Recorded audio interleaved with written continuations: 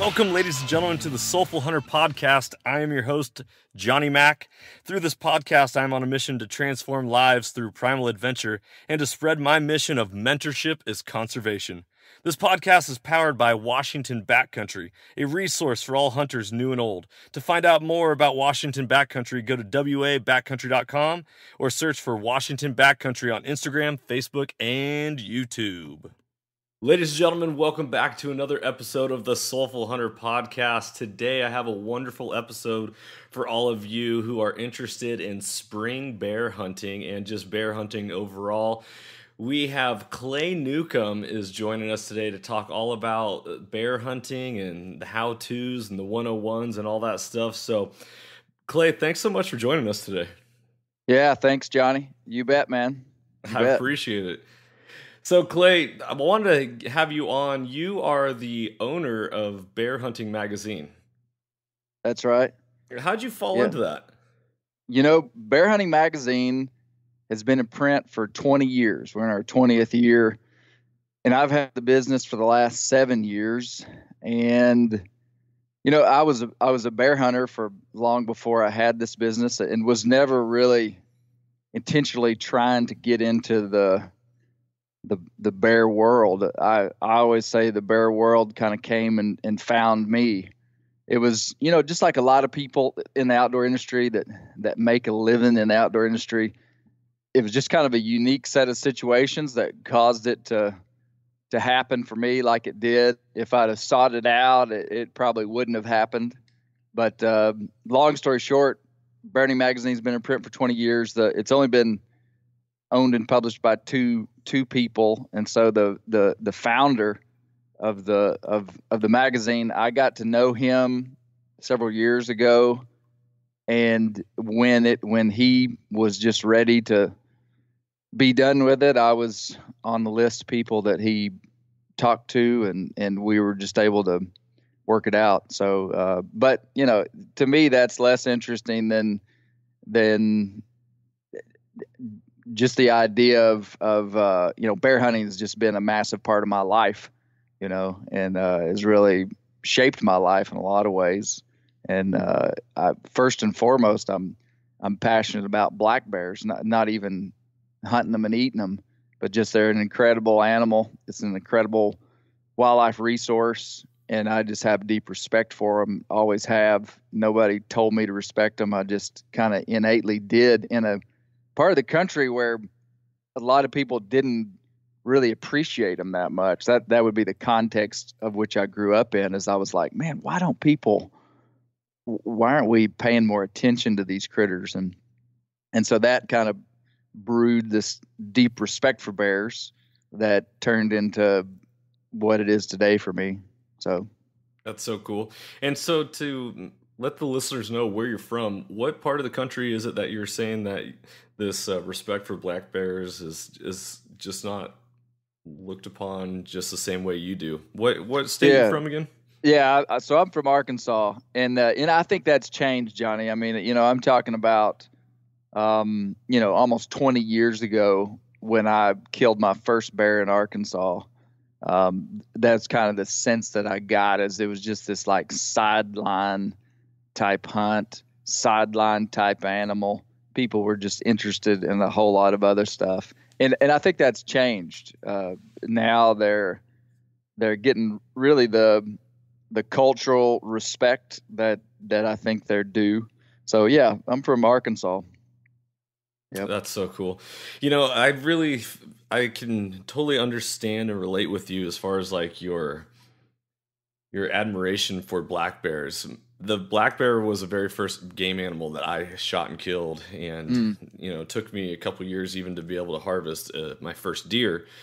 But the idea of what a black bear stands for, hunting them, they're so special. I think being a hunter and taking an animal's life is super special and spiritual, and with that comes respect.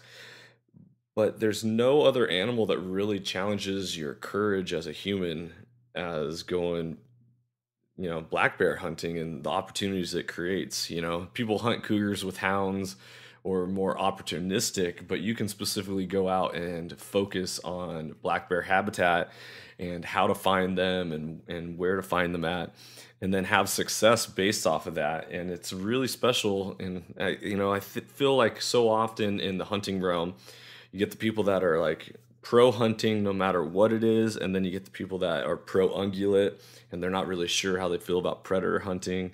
And then the animalization characteristic of what a bear is and how media portrays it, people are afraid to actually go down that route, kind of remind people of dogs, all this stuff. And so it is a really special thing that you love, I have a huge passion for it, but also that your magazine focuses solely on like black bear hunting, or not maybe solely, but just like the idea that this is a black bear hunting magazine or just bear hunting in general.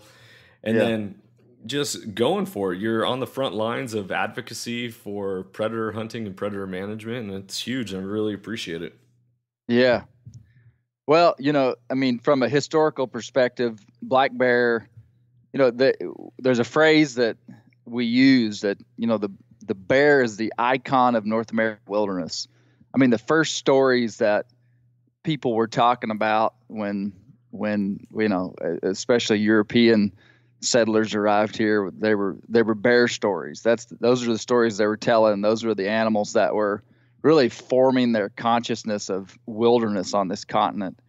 And so, and they utilized those animals to the hilt for their hides, for their fat, and for their meat. I mean, so it was this, there's this long pattern of historic use on this continent.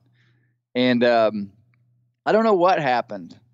I really don't know what happened, but I feel like we lost some of that inside of the mainstream hunting culture. And maybe it was the return of all these other big game animals that were maybe more plentiful, maybe more accessible, maybe just a little bit easier to not an easier hunt, because I mean, whitetail hunting and elk hunting and all that is, I'm not saying bear hunting's harder than that, but in some ways it's easier because you might see more game. You might it might be easier to sell that hunt to yourself in a sense. But anyway, whatever's happened ecologically on this continent in the last 35 years has been highly beneficial for black bear everywhere, Johnny. I mean, that's what amazes me is that black bear populations almost 100% of black bear populations in North America are increasing. And so there's a lot of opportunity. And I think that's kind of been the resurgence of the bear hunter. And there was a time for sure when there weren't bears, just like here in Arkansas. And maybe the microcosm of what happened in Arkansas is what happened on a continental scale, is that Arkansas was known as the bear state. We had 50,000 bears in Arkansas pre-European settlement.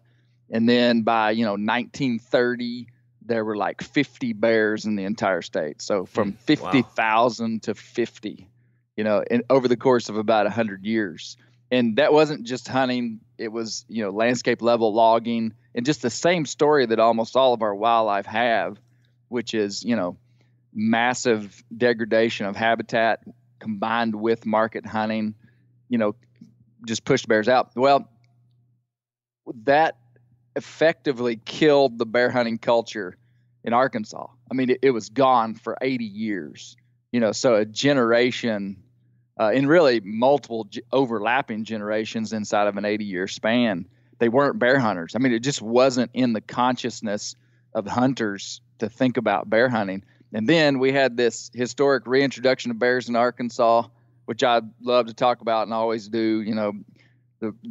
The relocation of bears into Arkansas is known as one of the most successful reintroduction of carnivores in the world. And between 1954 and 1964, they brought in 254 bears into Arkansas that they traded for bass and wild turkey with Manitoba, Canada, and Minnesota, and brought these bears back in pickup trucks over the course of 10 years, released these bears. And today, those are the bears that we have in Arkansas. And so when those populations grew and were strong enough, there were hunting seasons opened up, and that's where my life came in. When I was about 21, I killed my first bear. My dad had never killed a bear. Nobody I knew had killed a bear, and all of a sudden we had bears and we could hunt them. And so you see the void, like if the hunting culture doesn't appreciate it, like if nobody's there to tell you that, hey, that's valuable, hey, that's cool. Yeah. Even my dad, who's a massive, he's a great hunter, bow hunter, devoted his life to bow hunting whitetail deer. He appreciated that bear, but it was just kind of like, oh, okay, a bear. And then I was like, man, this is the coolest thing I've ever done. And so that was the context that I was born into. And I think that that's kind of happening on a national scale. Like, I think guys are starting to see this springtime opportunity, which nothing, you can't hunt elk, you can't hunt whitetail, you can't hunt anything other than turkeys in the spring. And so, like, there's this opportunity for an adventure-based big game hunt in the spring. And it's just kind of wild to me that it's not like the trend of the age for everybody and their brother to be spring bear hunting, Right. More, the hours in the field and the hours put into your craft are only going to make you a better hunter overall. And yeah, right. Dude, turkey hunting is cool, but at least in my mind, I'm like, dude, nothing beats big game hunting. You know? And there's so much more work that goes into the lead up to it, and then after you take the animal, and oh man, it's so special. This is a really great information that you're providing. It's really interesting. Like, you're talking about the resurgence of black bear across America. The state of Washington, where I'm located, actually just went to a 2-bear harvest. You're allowed to take 2 bears a year here in the state of Washington, which is really phenomenal and a lot of fun because it provides a long season. The one weird thing is that our state is still on a permit-based draw for spring bear. So you can go to Idaho and go over the counter to get a black bear tag. I think it's like $40. Here in the state of Washington, you have to put in for special permit for different units and all that, and not the entire state's not open for spring hunt. And so it's really interesting to see how they're allowing you to shoot 2 bears, but they're still keeping it down on the permit side in the springtime. I was thankful and lucky enough to be able to draw a spring bear tag here in the state of Washington. And so I wanted to have you on and talk a little bit about the 101s of how to spring bear hunt, what to look for, how to find them. Just take us through the whole process. So for all our listeners, no matter what state you're going to, general information on how to find these black bears that are coming out and what they're looking for. Yeah. I think the first thing to try to understand would be the timing of a spring bear hunt. Most spring bear, you told me a minute ago that your hunt starts in April. And, so April 1st, typically, when does the season end there in Washington? So I think it goes to does it go through the end of May? Something like that. Yeah. Yep. Okay. So that's a really long season. So envision a bear season being like a whitetail season of October and November. That's the way I like to think about it myself. Because almost everybody understands October and November for deer hunting. Well, you're up in the Pacific Northwest. I guess I'm making some assumptions there. But are you talking about more like the rut style hunting? Yeah. Because, like I compare, well, I'm getting ahead of myself. The early, these bears in general are coming out of their dens in April. Okay. And they are going to gradually start feeding more and more the longer they're out of the den. So they might, so it's this progression of activity that they start. So that, the first few times they're coming out, they may just make small little movements and try to find some food, not eat much. And they're trying to gather up enough food to release this fecal plug, which is a biological mechanism for them to not defecate for 4 months in the den, and all this too depends on where these bears are at. Like bears way up in Canada truly stay in the den for 5 to even 6 months. Our bears here in Arkansas, they den just like the Canadian bears, but they might come out during the winter.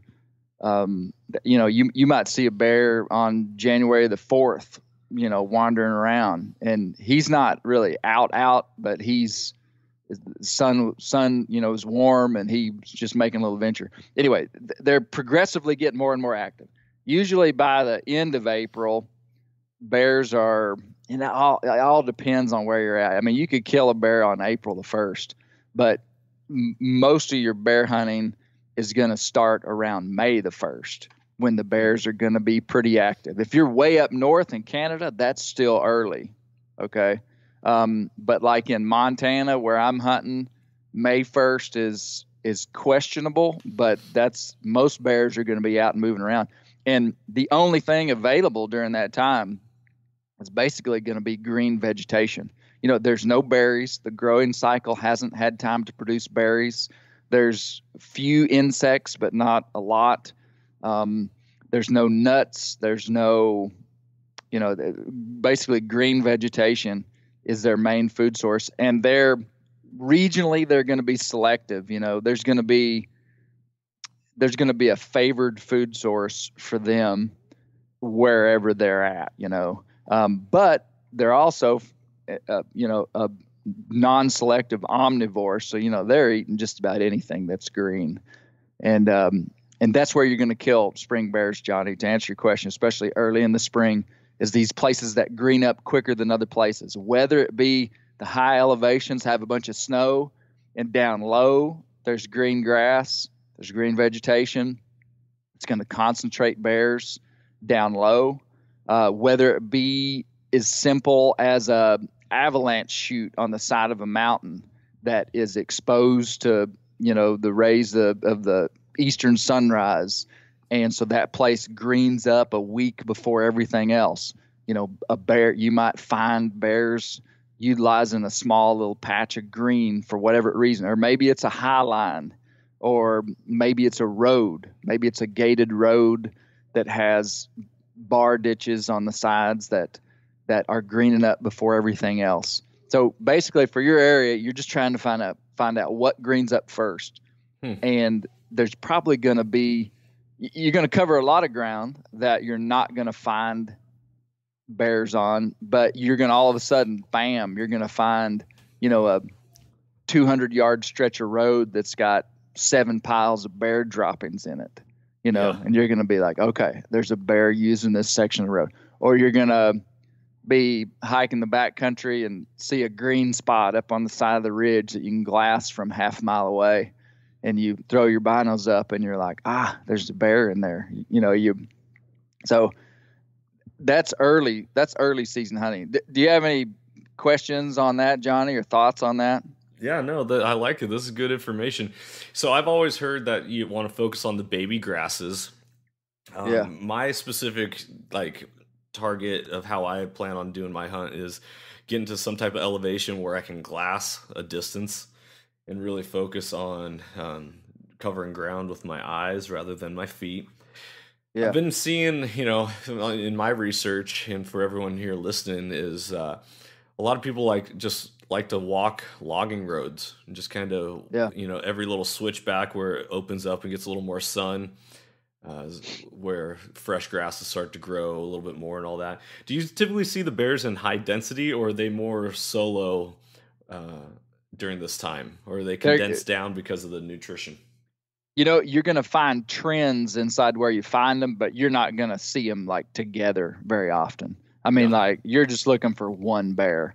I mean, the odd time you might see some concentrated food source that has more than one bear, but that wouldn't be normal. It would be like you're glassing a hillside and you see one bear. That's been my observation.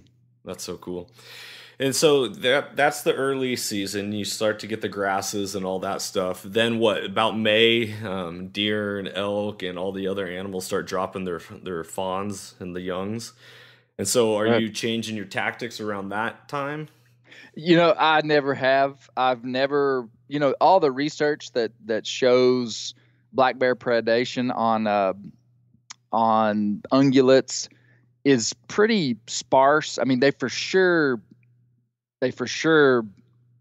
capitalize on them, but most of the time it's more opportunistic, you know. Now, I have seen studies from Newfoundland where bears were going out of their way and going to these caribou calving areas even before the caribou got there. I think that's pretty, I don't know that there's that much research beyond that. So I think they're, in most places, are just kind of opportunistically finding fawns and stuff, but you're still going to be capitalizing on food source. But like, so early season, the idea is that there's going to be limited food source, so find the limiting food source. But you're going to see trends. You know, you're going to be like, well, you know, the snow line is, or the green up line is, you know, at 6,000 feet. So most of these bears are between 4,000 and 6,000 feet, or lower or higher. You know, just depends. But you'll find trends, and you'll hear bear hunters talking like that, Johnny.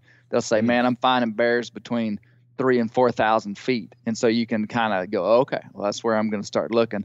And they follow the green up line, you know.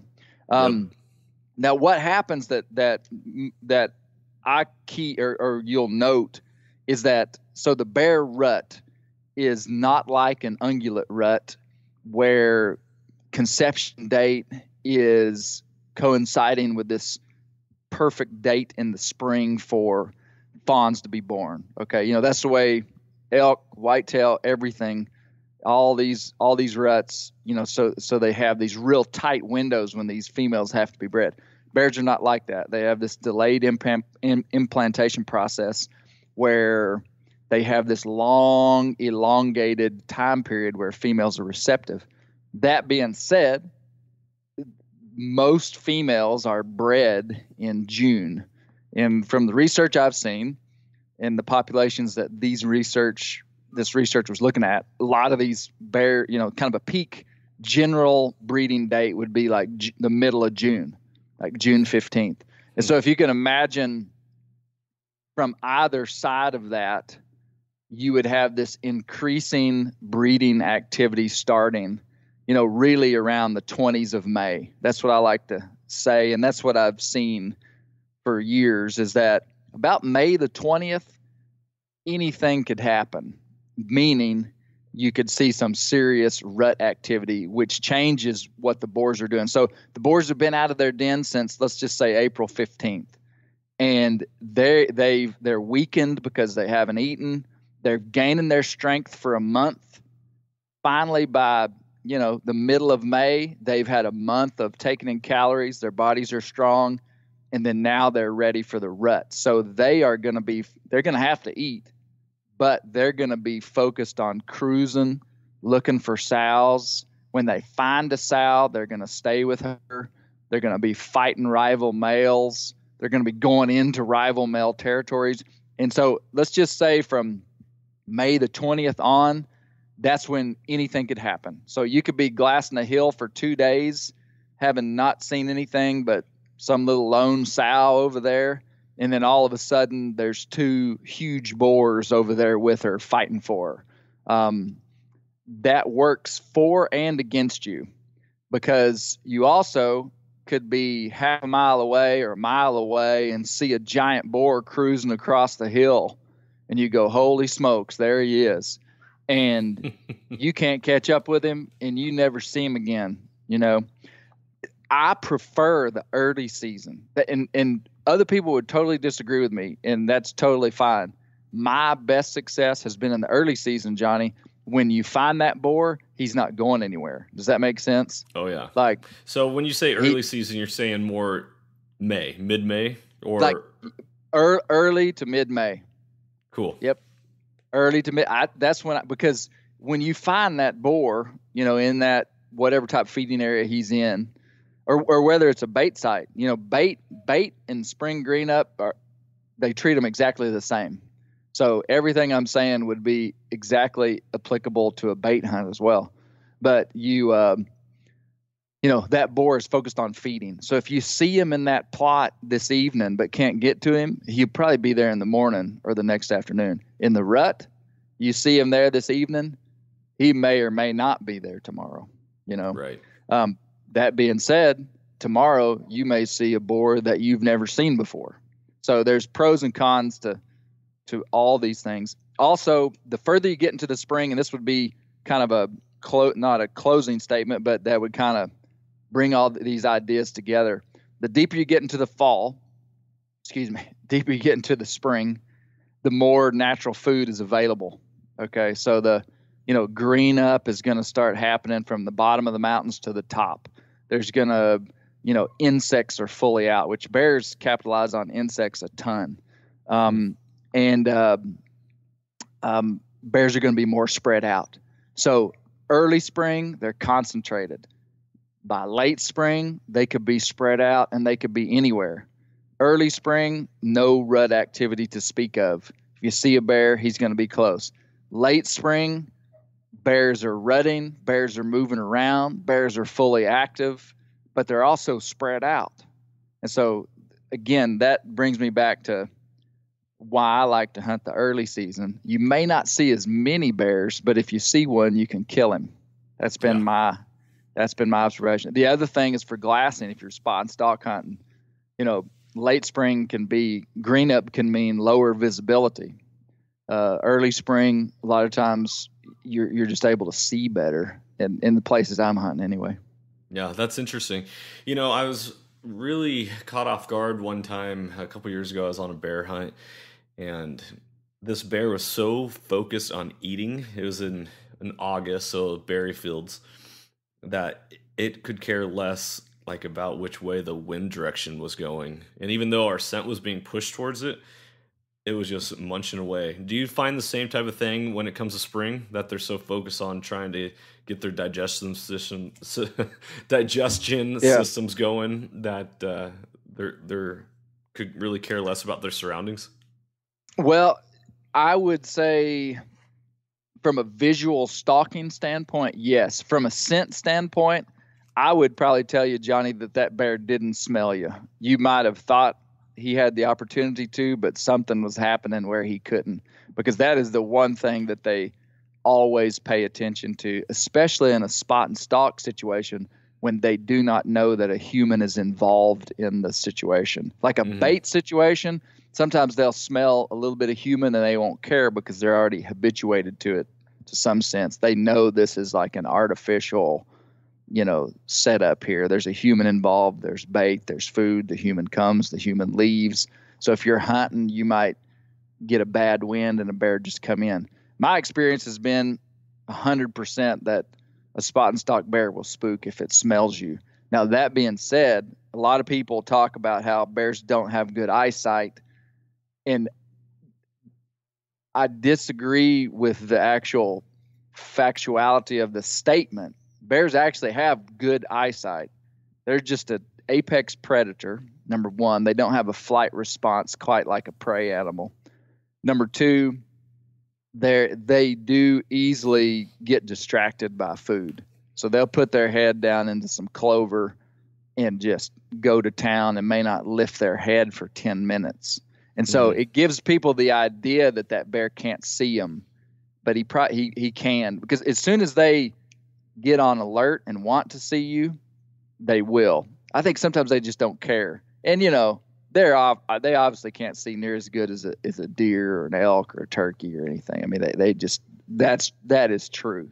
But they are not blind by any means. I mean, last spring, we were spotting stalking bears in British Columbia, and we were spooking bears from 200 plus yards away visually, with three of us trying to move. Just like the first couple of days, we were just kind of, it just takes you a while to get acclimated to how critters are going to act in a certain area. And man, those bears were ultra jumpy. And I mean, they'd see you 200 yards away and run like an antelope. I'm not kidding. That's funny. But it was in Grizz country. That was a hunt that took place in Grizz country. So that's the difference, is in places where a black bear is the biggest, baddest dude in the woods, their guard's down. Maybe not so when they're in Grizz country. Yeah, that's kind of been my observation. Yeah. Okay. Do you ever do predator calling in the springtime?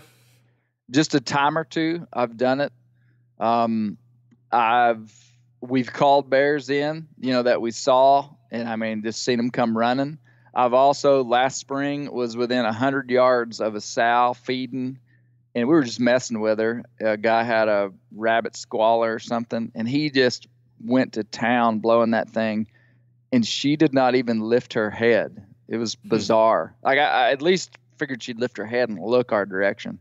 So it's hit and miss. It can work great, but it's also it may not work at all. So it's just hit and miss, Yeah. And just to transition from the spring into the fall, there's a lot of talk always about, find the berries, you'll find the bears. What are some of the strategies in which, like, if you're not in an area that has good glassing, but you are in like lowland blackberry bushes, and you're finding bear sign, are you more or less just sitting and waiting most of the time? Or do you like to get up and travel and hopefully to bump into one? A bear is a low density animal. So even in a place where it's a high population of bears like Washington, you're not going to see them as regularly as you would a deer. And to me, that means that moving around, wisely, I call it slip hunting. Some people call it still hunting, but moving with the wind in your face through areas that you feel like are going to be good for bear, moving during prime feeding times, so maybe if you got a section of road with a bunch of blackberry or berry bushes or a mountainside, and the thing is that rarely are you going to know, is the food source going to be so concentrated that you're just going to be like, there will be a bear right here. Now, if you can see 200 yards, then that's another story. Maybe you could sit there and just kind of wait them out. But I think a guy would just have to make the decision based upon his circumstance. But I like moving around a little bit, kind of slip hunting in situations like that. Yeah, I definitely have a hard time just sitting and waiting forever. I don't know how well I do in the whitetail woods because of that. Yeah. I love it. So, Clay, let's transition a little bit into what hunting has done for you. This being the Soulful Hunter podcast. And by the way, thank you so much for all that wonderful bear hunting information.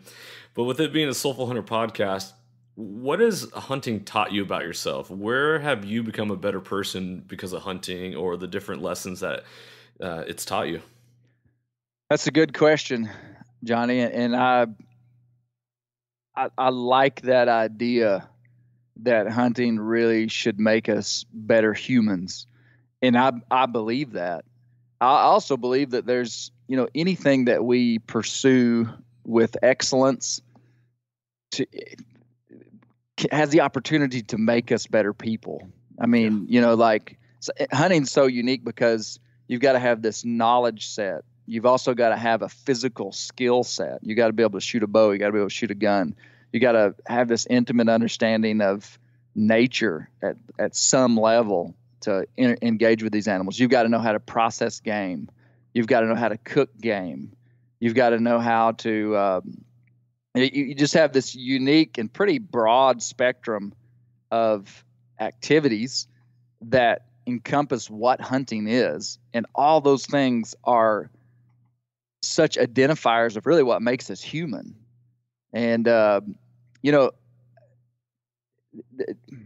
man, I could go so many different directions, but I think pursuit of excellence in anything makes us better people. And to me, hunting really has changed my life it's always been a part of my life, but my pursuit of it has just made me a better person. And I find a lot of value inside of interacting with nature from the standpoint that this is a place that God has made. This is a place that has been crafted intentionally and architecturally by master design. So, when I'm in nature, that's what I'm thinking about that. I mean, not to over romanticize that, but that's very true. I mean, it's like, man, this is a unique place. And I think that's where the spiritual aspect of it comes in. I think it's interesting that people that don't even maybe don't even believe in God or have a real target for who that God would be, it's hard for them to deny that wildlife, nature, hunting is this spiritual act. I mean, I think that's been a theme throughout human history, from the pictographs of hunters trying to draw art about the hunt all the way to what we're doing today. Is that yeah, there's something spiritual about provision for families. I think it goes back to that. I think it goes, in some ways, is that like this act that we're doing is designed to sustain human life. You know, it's something that we're sharing with our families. And at the same time, we're out in this amazing place, interacting with it in a unique way. Yeah, so. I'm going to interject here for a second. For all the listeners, we're recording this the end of March, and this is in the heat of the coronavirus outbreak, pandemic, and all this stuff. So hearing you talk about being a provider and sharing it with your family and taking care of people, it's really interesting, you know, because I've only been hunting for 5 years, that I have a full freezer of meat. No matter what is going on in the outside world with the rush on grocery stores or these people that don't know how to provide for themselves, it's amazing what hunters can do for their families. You know, my wife is at ease knowing that there's a lot of meat that we can go to that can be eaten if we can't get out to the store. But then at the same time, we can provide for our neighbors, and that skill set, it just puts my wife at ease. And it's a blessing to my family and the people in my community. And I think that is so special, is like what hunting does for me, is that it gives people a sense of comfort. Whether or not they like to participate in the killing of an animal is one thing, but they feel comforted by the fact that they are provided for. Yeah. Yeah, that's a great point. And I think that's part of the hunting narrative that we're capitalizing on, but I think we can improve on it and build on it, is this idea that the foundations of hunting, the foundations of somebody going into a wild place to acquire wild meat, is for provision for families, for children, for spouses. You know, that's a powerful human thing. I mean, very few, I'm trying to think. I mean, you know, I'm trying to think of the biological term for animals that live in community. And the point of me saying animals is that, you know, we're way different than animals, but, you know, like it's a characteristic that makes us human, is that we bring stuff back to the tribe and distribute it, you know, for the sake of the community. And that's what we're doing. It's what we're doing. And not to be outdone, that it doesn't have to just be focused on prey animals. Get out there, hunt black bear. Yeah, it's a wonderful resource. They're on the incline as far as population numbers goes, and go out and do your job as a hunter and manage predators as well as just the ungulates. Yeah. Hey, let me say one thing too. Think about this, Johnny. We utilize, as bear hunters, you have the opportunity to utilize this animal more than almost any other type of animal that we hunt from a wildlife commodity standpoint, because we bear meat. Almost all bears that are killed, the hide is being tanned for whatever purpose that the hunter decides to use it on.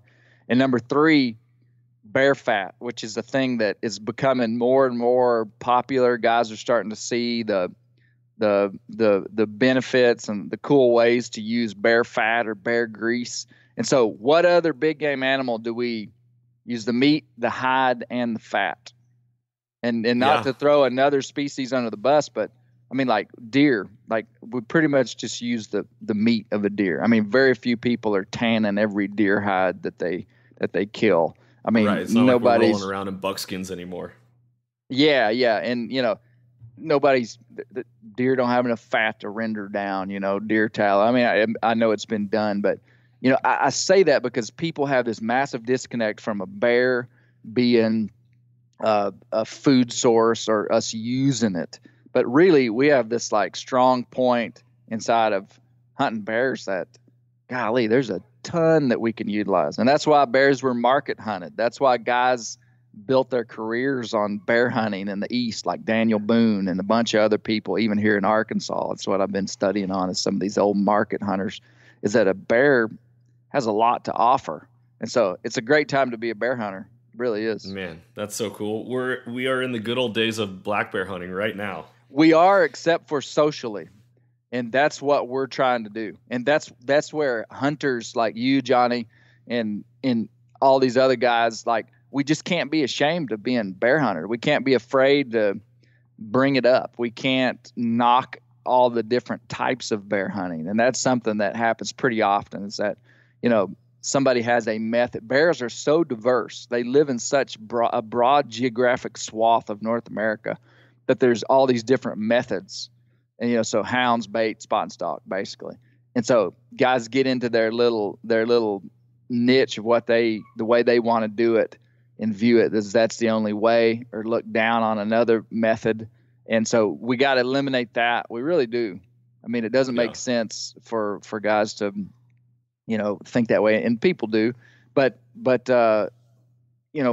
we've just got a tremendous opportunity, and bears are cool critters. Heck yeah, they are.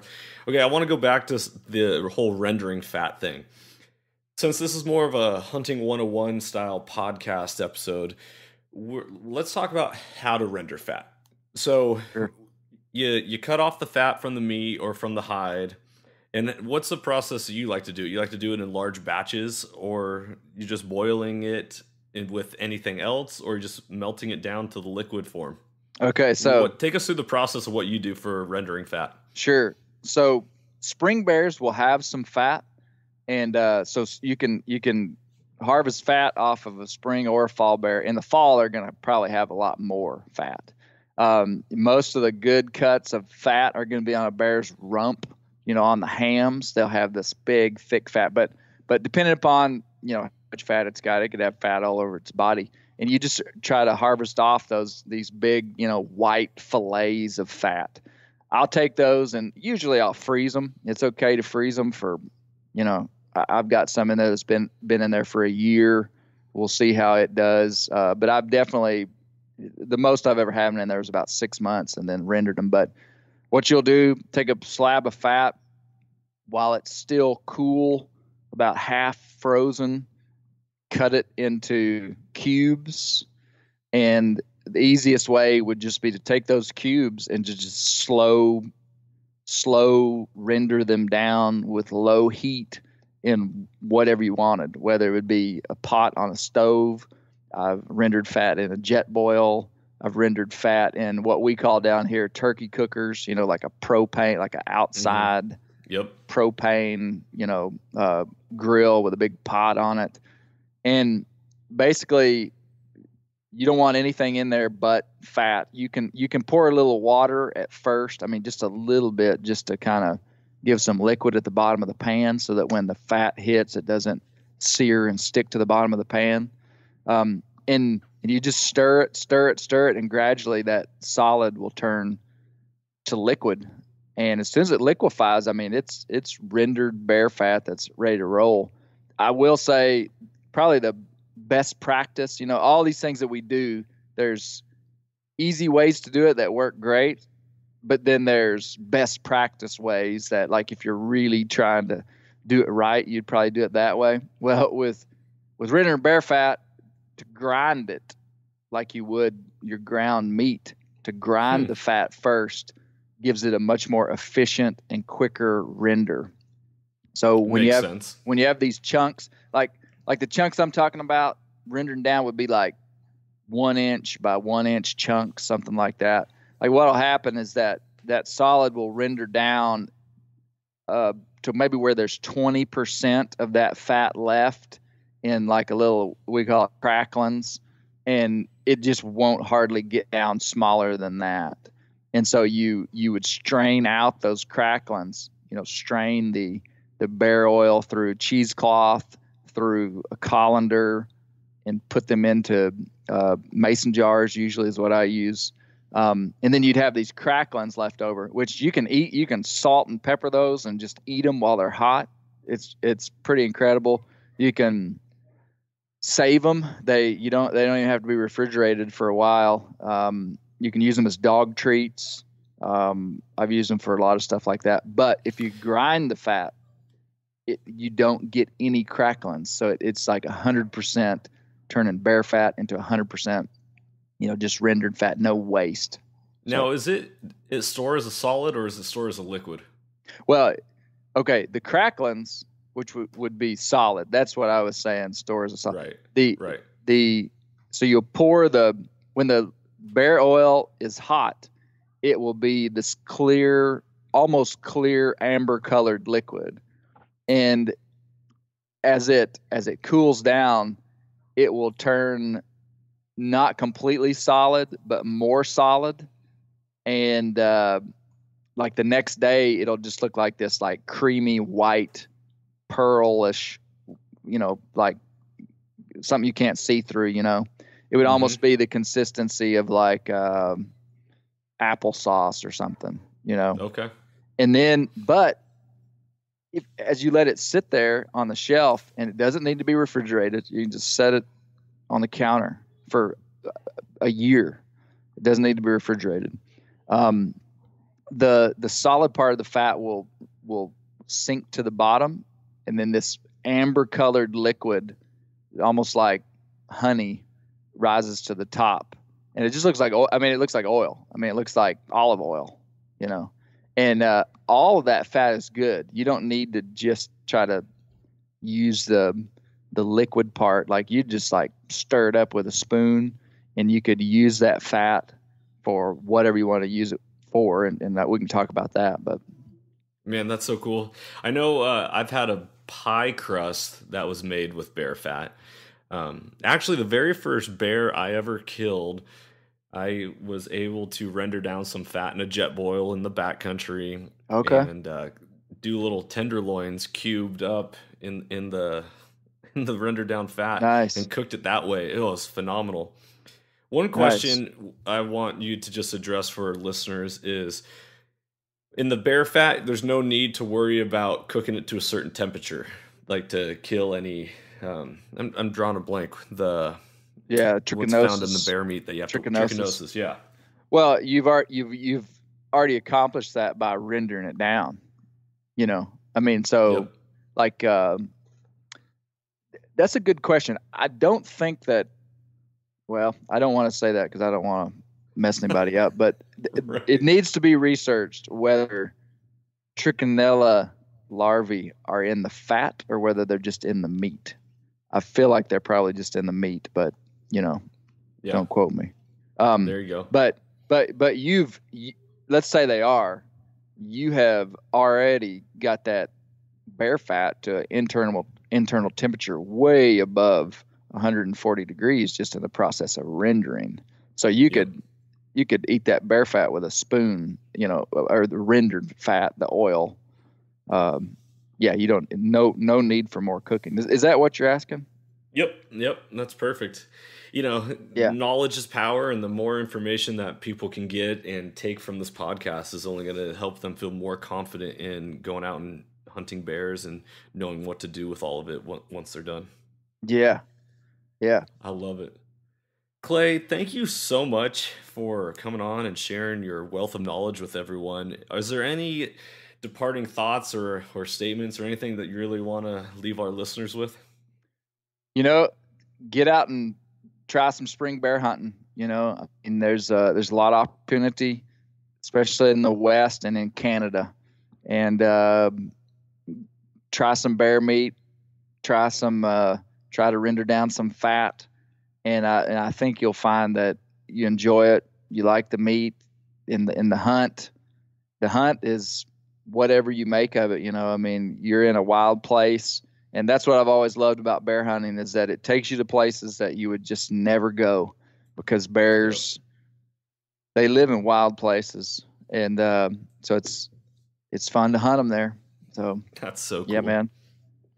Hey, real quick, last question that I had for you is, what's your favorite cut of bear meat, or how do you like to, a lot of people I know, they just rather grind all their meat. So Right. that way they cook it, they know it's cooked all the way through, all that stuff.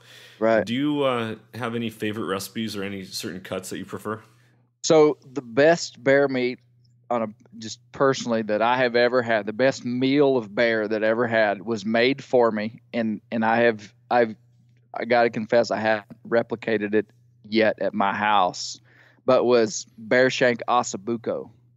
That's where you take the shank, the front lower portion of the leg, and cut it bone in into small 1 inch discs with the bone in the center, and basically you slow cook that with this special array of ingredients and spices and different things, and then you pour that over some kind of starch, whether it be rice or potatoes or whatever. And man, it's kind of like I don't know if you've ever had oxtail soup. Like I have not. oxtail is like, I couldn't even tell you where it came from. I've had it in a couple of different locales outside of America, but golly, it's incredible. That's the best bear meat I've ever had, and I've never cooked it in my own house. I just in the last year had it, but I cut a bear shank that's in the freezer that I'm planning to use as ossobuco. I have no shame in grinding meat. I love hamburgers, tacos, and chili. I mean, I could Right. live off those things right there. And so bear meat works incredible for that. It just does not have a wild or gamey taste. I've yet to find bear that I've handled and that I've processed that has had a wild or gamey taste. So I got no shame in grinding meat. My wife's favorite way to cook bear meat is just on a grill, just like 1/4 inch bear steaks, whether it comes from the back straps or a ham, a section of ham that was cross cut to just make little, 1/4 inch steaks. I'll usually tenderize those with a meat hammer, and then just we like to season our steaks, put some Montreal steak seasoning or something on them, and just Montreal, baby. I love that stuff. yeah, it's hard to beat. And then just grill it over charcoal. And you got to make sure that it's totally cooked, and you don't want to eat rare bear meat ever. But that's my wife's favorite way to eat bear meat, and she's not that adventurous when it comes to wild game. But so anyway, there's 3 things right there: ossobuco, then just the ground stuff for the normal stuff, and then just a straight up bear steak. That's so cool. All right. So how can people get a hold of either you or Bear Hunting Magazine? Where is it found at? How can they get plugged in with all that? Yeah, so everything that Bear Hunting Magazine does on social media, on YouTube and whatnot, is just branded as Bear Hunting Magazine. So you can find us on Facebook, Instagram, and then our YouTube channel is a big platform that we utilize quite a bit. For me, I'm just Clay Newcomb on Instagram and Facebook. So yeah, and also our podcast, Bear Hunting Magazine podcast. We produce a weekly podcast that you can find on all the different platforms. Oh, that's good stuff. Clay, thank you so much for joining us today, sharing all your wonderful knowledge and insight. Listeners, make sure to go check out Clay. Go check out Bear Hunting Magazine, everything that they put out. Phenomenal information, and hope you guys are enjoying your day. As always, stay soulful. If you enjoyed today's podcast, I'd love it if you could go ahead and give this a rating as well as subscribe. Also, you can check us out on Instagram under the Soulful Hunter Podcast. Make sure to tag us in pictures and posts and use the hashtag Soulful Hunter. To find out more about the Soulful Hunter Podcast, go to soulfulhunter.com and be sure to follow the podcast, as we are going to be bringing you a lot of great information, insight, and changing lives through primal adventure. I look forward to connecting with you on the next episode. Stay tuned and stay soulful.